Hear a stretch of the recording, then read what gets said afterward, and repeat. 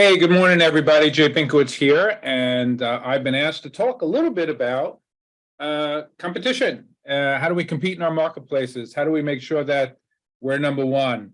And if we are number one, how do we stay number one? Well, what does that really amount to? Some folks are really concerned about their ability to compete in today's marketplace.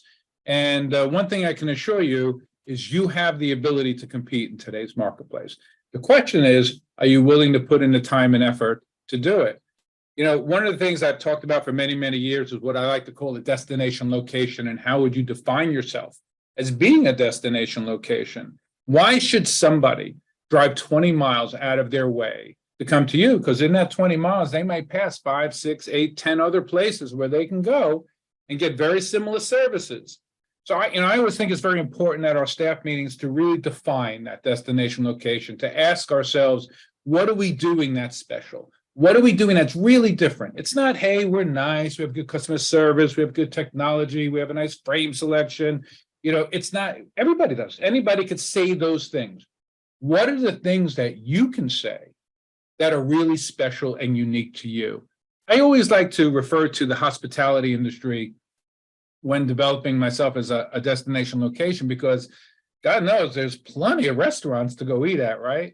So why do we drive to a particular restaurant? Why do we go out of our way to eat to a certain place, a certain menu? Maybe it's the food they have, right? Maybe it's the way they prepare the food. Maybe it's the environment. Maybe it's because they just simply know the people there and it's comfortable. It's their home.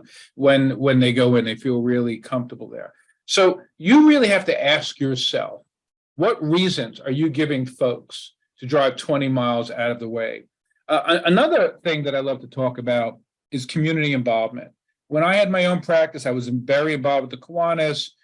They had a program called Children Are Priority One. We created safe havens for kids where, different businesses throughout the area, kids were able to go to if they were lost or they needed help, or they were being bullied in any way. We had these big signs in the window where the kids were actually were taught that if you need any help, you can go to any one of these businesses and they will get you home. We were very big on honoring our civil servants, the fire department and the police department, the people in the community that really, really made a huge difference. We love to do scholarships for kids, art scholarships. We fed the homeless during Thanksgiving. We were very involved in the community. And that's another way that is very personal and intimate for you, that you could share with your patients that you're doing it, or even ask your patients to join you when you're doing it, right? Creating a little bit more interaction. So, that's another component of creating that destination location. At the end of the day, you really have to think about, how do we create a 5-star experience? How do we make sure that when our patients are going home, they're just always wowed by what we do? And that doesn't mean we do everything perfectly all the time. That's not going to happen. There are going to be some foul ups. We're going to be late with some things. We're going to make some things wrong. We're going to miss a communication. That's not what hurts you. What hurts you is how you handle it. Right? What hurts you is, do you go out of your way to apologize to your patients for an experience that wasn't best for them? Right? You may sit back and say, I did nothing wrong. I have no reason to apologize to them. Well, it's game over for you. You're not a destination location. It's not about what's best for you. It's what's best for them. And once you get into a place where you're really not, close to your patients, where you're not sensitive to their experiences, you are giving up that patient to your competition.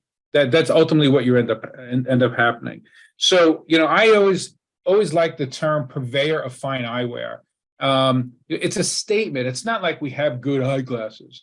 Purveyor of fine eyewear. So for those of you who carry unique brands, right, you're a purveyor of fine eyewear. And in line with being a purveyor of fine eyewear, let's talk a little bit about your clinic and the technologies you're using in your clinic. We have some extraordinary technologies that are available. And yes, many people have OCTs and doing dry eye and glaucoma and all the fun stuff.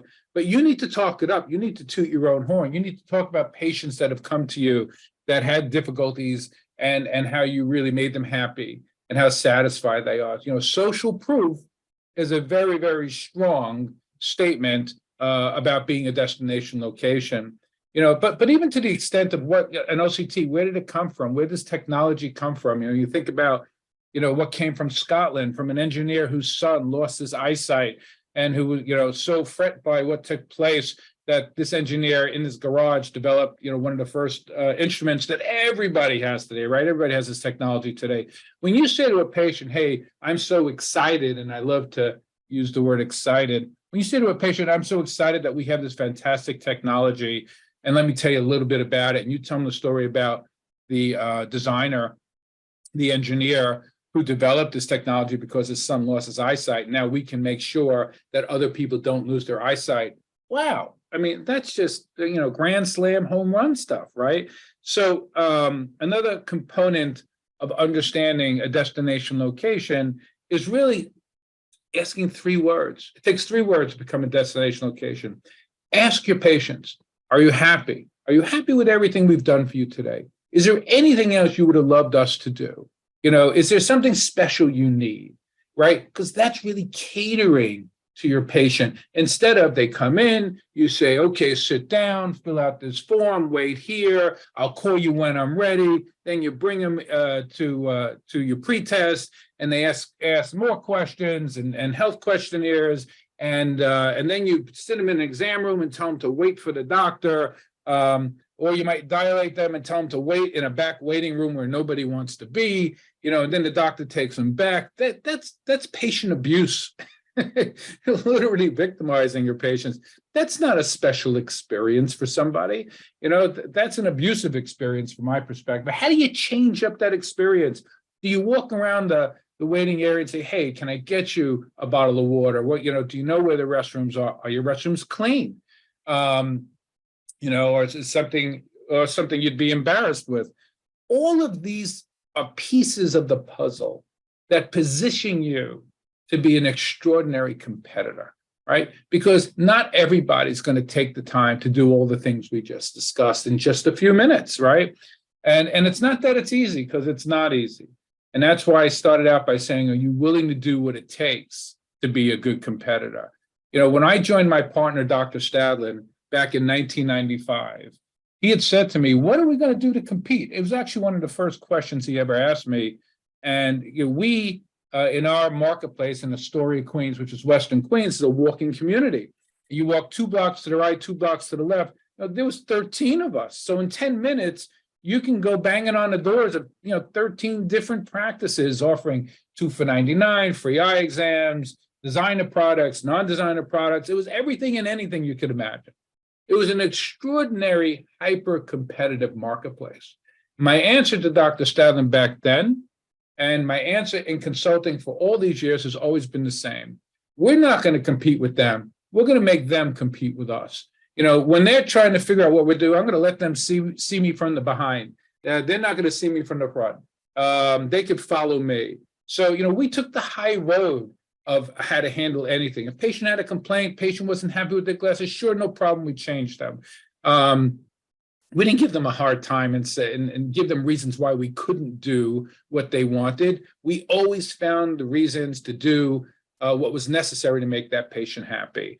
And we developed that reputation in a community that, despite folks spending, or in line with folks spending $500, $600, $700, $800 and more, we protected their investment. That was critical. And during the conversations we have them, we would let them know, we're here to protect, we're going to protect your investment. We're going to make sure, I don't care if the car runs over your glasses, hopefully you're not wearing them at the same time.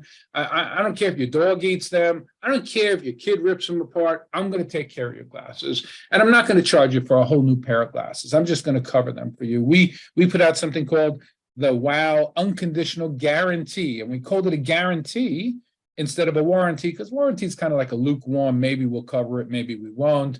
Maybe we'll blame it on the lab doesn't let us do that, or the frame company won't let us do that. So we use our vendors as an excuse not to deliver exceptional service. That to me is ridiculous. It's up to you. You're the one who took their money. You're the one who provided the service. You shouldn't be blaming your vendors on the reason why you can't deliver great service. Like going into a restaurant and you get lousy vegetables during your dinner, and the chef comes out and says, yeah, well, the produce guy didn't deliver me great vegetables. It's not my fault, right? You got to take responsibility for what you do. So from my perspective, everything you do and everybody in your office should be able to answer questions, should be empowered to make a patient happy. And if they don't have the wherewithal, the knowledge, experience to do it, they should be empowered to go get somebody to do it and know that that's their job. Their job is to make the patients happy, provide exceptional care, provide an exceptional experience, and make your patients happy. Then you are not competing with others. They have to compete with you. So that's my few minutes this morning to say, hey, you can do this. I've seen many practices do this, and you could be one of them. There's no way that you have to worry about competing with them. They have to compete with you. You all have a great day.